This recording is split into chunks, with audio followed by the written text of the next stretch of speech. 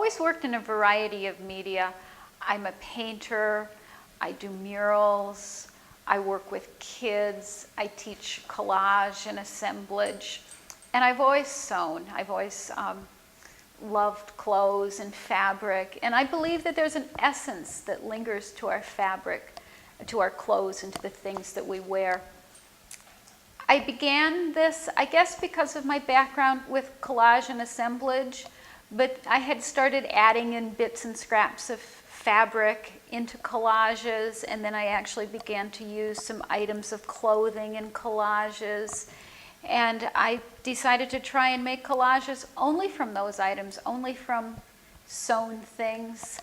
I think that if you look at beautiful beaded handbags and things like that, many of these items are things that have been made anonymously in sweatshops, mainly by women for very low wages. We use them, we throw them away. And part of what I was saying in making the fabrications I had been making is this is something that deserves to be up on a wall. This is a piece of art that ought to be recognized for its beauty as well as its utility. So in making that work, it just sort of evolved into a project that I felt I could do for the entire community. People related to the work that I was doing. I didn't know if people would feel the way that I do, that they would say, oh wow, who wore those slippers, or who wore that hat? And I found that people did respond that way, that they were able to actually relate almost on a deeper level to these items of clothing and fabric than they would say to a painting or a collage that I had done. So it seemed like sort of a natural thing to take it from my own personal work and to take it out into the community and do it as something that would be community-wide.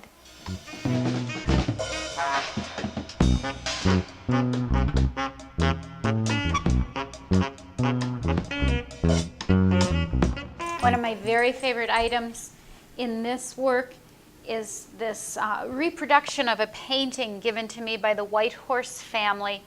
This is where their ancestral home is near Mud Lake, which is the area between Lake Monona and Lake Wabisa. This pin here is from Kathleen Falk, the county executive. She said it was given to her by a fly fisherman, and it represents her love of Wisconsin waters.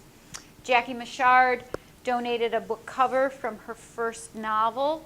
Here's Nature's Bakery's first t-shirt ever, picture of their location on Williamson Street. This dress is another story that represents a family's struggle and then celebration with good fortune of being able to buy a beautiful silk dress. This was given to me by Connie and Jim Sponham, and Jim's great aunt Lo had raised her brothers during the Depression, and then was able to buy this lovely dress, and of course kept it and handed it down. Right here is another item, one of the oldest that I have. This is from Kay Schrader. It's a little wool bathing suit. You can see the moth holes in it. Kay's in her 80s, and this is the bathing suit that her mother made for her when she was a year old. Kay still swims at the East Y 3 or 4 times a week and referred to this as a real treasure.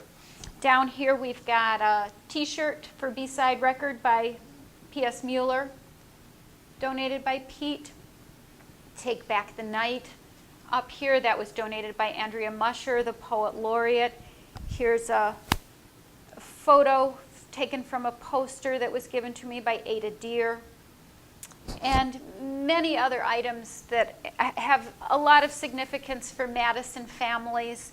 Here's a picture of the Capitol with a wedding party that was taken by Terry Talbot, a wedding photographer, who said that about 80 to 90% of the weddings that he shoots want to have their picture taken in front of the Capitol.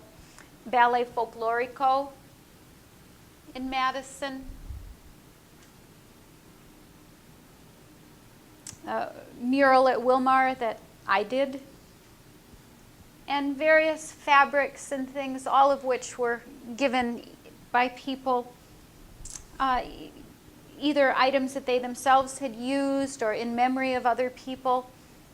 A little bit of tablecloth right here from Joanne Jensen from Josie's Restaurant. This belonged to her grandmother in Sicily. That was on her table back in Sicily.